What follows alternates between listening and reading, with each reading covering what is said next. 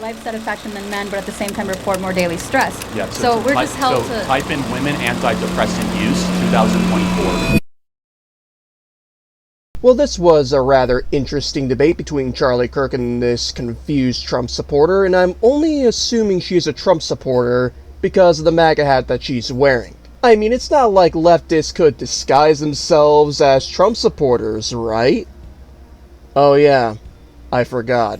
Whether what I'm implying here is a conspiracy theory, I'll let you decide in the comments down below. But anyway, the topic of the debate that Charlie Kirk has with this lady is all about DEI hires, or as I like to call it, didn't earn it hires. And I'm sure we all know what DEI hires are. They're all about hiring people based on their race and gender, not on their qualifications of how competent they are in the field that they're working for or applying for. And Charlie Kirk in this video, titled "A Simple Google Search Destroys Her Whole Argument," does bring up a lot of great points on this regard, but as the title of this video suggests, he is correct. A simple Google search is all it takes to destroy her entire freaking argument, which we will get into toward the end, among many other things. But before we start, CSO family, make sure to subscribe, hit that thumbs up button, and notification bell down below. And let me know in the comments, do you think that DEI hires are a bad idea? With all that being said, let's take a look at this now, shall we? Hi, Charlie. You are right. I will. 1 sec. Yes, ma'am. Yeah, I just have a question kind of based on affirmative action. Yeah. I'm a computer engineer here at UW-Madison. I'm about to graduate. And there's a lot that I've found through research and just general, I guess, my studies. Not only does affirmative action help, minorities, people of color, but also women in general. And there's a lot of facets of engineering, the medical system, and other factors that, because of affirmative action, have helped. I'll just go into something. For example, let's say in the medical field, endometriosis, something like that has not been studied in women due to so little women being in the medical field. Also, for example, cars, the seatbelt is made specifically for the male body. They're only tested with male mannequins, so a lot of women are in risk of dying in car crashes at a higher rate. There's a lot of things that benefit from a diverse group of people, both in engineering and medical fields and education and other facets of the systems. And I was just wondering, without affirmative action, how do you think we can bring these people in to bring a variety of opinions? Yeah, no, I mean, views? just have a meritocracy, right? So you have 3 white men around you. You can see 1, 2, 3. So if one supports affirmative, no, it's okay. If one supports affirmative action, Right. it would mean that you would be okay turning to those 3 men and saying, I deserve the position more than you based on something that doesn't matter more than something that does matter. I feel like that's one facet of it that we're not also paying attention to, is that people that are graduating from the same schools. They're graduating with the same degrees. With lower test scores, though, much lower. Every study of affirmative action, for example, the Harvard case showed that it was nearly 40% lower test scores for people of color versus their white male counterparts and Asian counterparts. And so how at can some point, is that why would that happen? Do you think why? it's Why? What causes that? Do you think it's just because people of color are more stupid? No, or, of course not. Right. I mean, people of color come from lower socioeconomic backgrounds that don't prioritize education as so much. how do we fix those socioeconomic statuses? Right, that's an interesting point. Not should we try to penalize white males that are competent to go run our systems and our institutions. So those are 2 different things. Right. So what we're doing is our institutions are now becoming less excellent. Our country is not working like it used to because we basically told people that are very qualified and very competent that, sorry, we're not going to put a position for you here. For example, the U.S. Secret Service. Let me just give you one example, okay? We can all agree that protecting a president, whether it's Donald Trump or Kamala Harris, is super important, right? But now the Secret Service has said that we want to have 30% of all our agents be women, which, by the way, they have lower fitness criteria. So they have less pull-ups, less push-ups, slower mile time. That's something that's didn't due Kim to Cheadle do that? Hold on. genetics. Exactly. Yeah. No. But this is affirmative action, right? Women will never be as strong as men, at least Got genetically. It. So that's an interesting question. So I question. think it should be something will that's women, more will women be ideologically based. Will women be as good at engineering as men, person for person? Not necessarily, but okay. Well, then, how is that different than the Secret Service example? Well, the problem is that because the male mind is wired different than the female mind. By the way, men will never be as good. Hold on, I'll prove it to you. Men will never be as good at counseling or psychology sessions as women. Men will never be good at nursing or elementary school education as women. We have certain giftings as our brain is wired a certain way. Women are far better gifted at micro topics, so individual connection, empathetic type conversations, healing people that past trauma and wound. Men are much better at macro topics, right? Trying to build a building, put a skyscraper up, trying to talk geopolitics. And I'll prove it to you.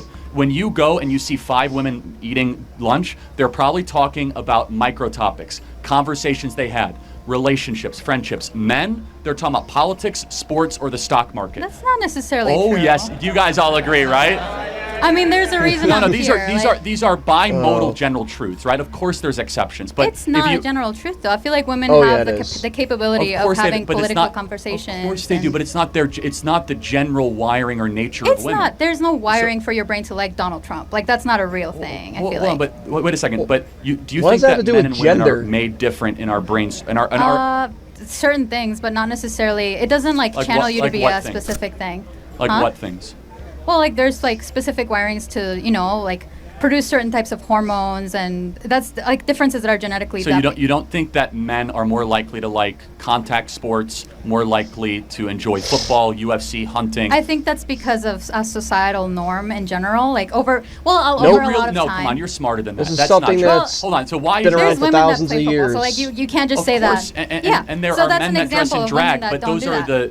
those are not the general truth of it. So let me just be clear. You think that there's nothing within the female brain in its constitution that makes young ladies more likely? I mean, being that I'm an engineer, I don't think so. No. Should we try to have the same amount of female to male OBGYNs? I think it should be similar to the amount of OBGYNs, the general population. So hold on, 85% of all OBGYNs are female. Yeah. So now should we have parity so that men... I have an OBGYN that's a man. That's not a problem. That's not the point. The point is should we have parity? I think it should be similar to whatever the... Got it, okay. So you're consistent. So women studying in the OBGYN field will be actively discriminated against, so a man can, because we must have parity. It's not about people in the OBGYN specifically, it's about people in general. Men were, for example, women were not able to vote until less than 100 years ago, basically, right? What does that She's do missing with the point. One second. So because of that, a lot of the laws, a lot of everything that's set in place was made by men, was excluding women, was creating like reforms and certain legislations that would specifically, support men, build that generational wealth. Do you think it's been a better thing with women's liberation the last 20, 30 years? Yeah. I would do you think, that's interesting. Do you think women are happier in America today than they were 30 years ago? Yeah. This is where we get the juicy why are they stuff. the most depressed group in the history of the species? Women are the most miserable they've ever been. Why is that? I don't think that's because we're allowed to have money. No, now, I'm asking but it's more liberation, more college degrees, more birth control, less marriage, I would less argue kids. otherwise. I don't know where you got that data. No, everybody agrees that women are super miserable, as far as versus 30 years ago. Well, it could be the fact that because women weren't able to go to a psychologist or or maybe it's because they're not doing the one thing that they want to do, which is to get married and have children. Yeah, she's saying that, no, it's actually opposite. It's saying that women actually, says women around the world report higher levels of life satisfaction than men, but at the same time report more daily stress. Yeah, so we're just held to... type in women antidepressant use 2024. It is the highest it has ever been. But there's more layers to it than that. It can't just be that. You have to look at why are women more likely to go and talk to a psychologist. There's the differences in that. So, but I'm just curious. So, do you think women are generally happier in 2024 than they were in 1964? Yes.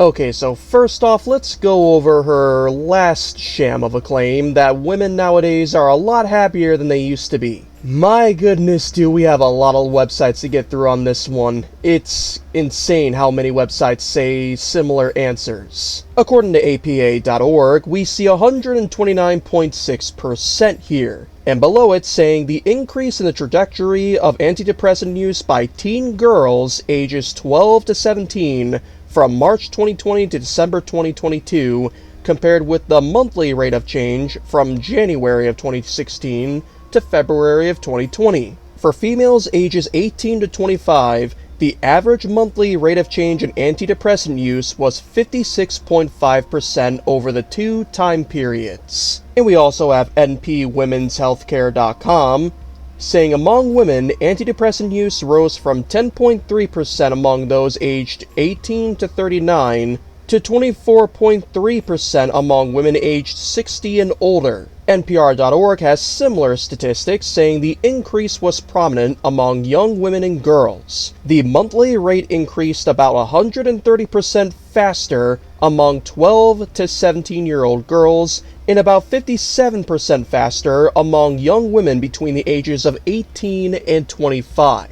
And in case you don't know what an antidepressant is, despite its name literally saying what the purpose of that drug is, it's literally just that, a prescription drug meant to tackle depression. And if more women nowadays are using antidepressants than ever before, that should give a clear indication that more women are unhappy nowadays than they ever have been before. But hey, that's just me, right? Common sense observer using common sense. And as far as DEI hires go, as she was arguing earlier, and trying to say that women are more likely to get killed in a car crash because of the seatbelt not supporting them properly like it does men, which I've never heard of. Like seriously, within 10 years of feminism running rampant on the internet, I've never heard of this subject being brought up. But there's a reason why I call DEI hires didn't earn it hires. Like I said in the beginning, DEI hires are meant to hire people solely based on their race and gender. You know what I think about that? I think that's hypocritical. The very nature of DEI hires is racist and sexist. And that's just because of how they work. It's a paradox. If you choose to hire somebody based on no other qualifications beside their race and gender, that's literally you being racist and sexist. There's no other two ways about it. And I haven't even brought up this lady trying to say that women and men are generally hardwired the same way. Or at least disagreeing with Charlie Kirk when he says that they are hardwired so much more differently. She brings up that the reason why men and women seem so different is because of societal norms, and to that I have to say, nonsense. Men and women have been playing significantly different roles for thousands upon thousands of years, ever since the dawn of man. Ever since Adam and Eve reigned in the Garden of Eden, male and female have played different roles, both in humanity and in Mother Nature. I dare any of you to look up 99% of the animals in the animal kingdom and come up with even one animal with the two genders that play the exact same role. I dare you. And you know what I think about women being capable of doing certain things that men can't do? I consider that to be a superpower of theirs. Being able to handle the emotional and psychological aspect of things a lot better than men, that's freaking awesome. I wish I could do that. And not only that, but I've also heard one time that women were also called the givers of life, or creators of life, or mothers of life. And honestly, that is such an honorable title to women.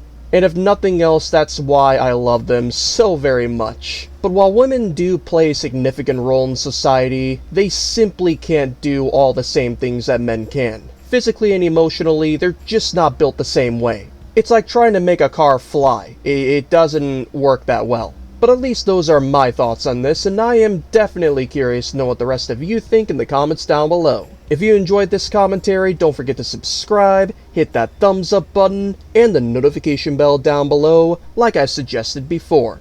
And with that being said, CSO family, please don't forget to always observe from a common sense perspective.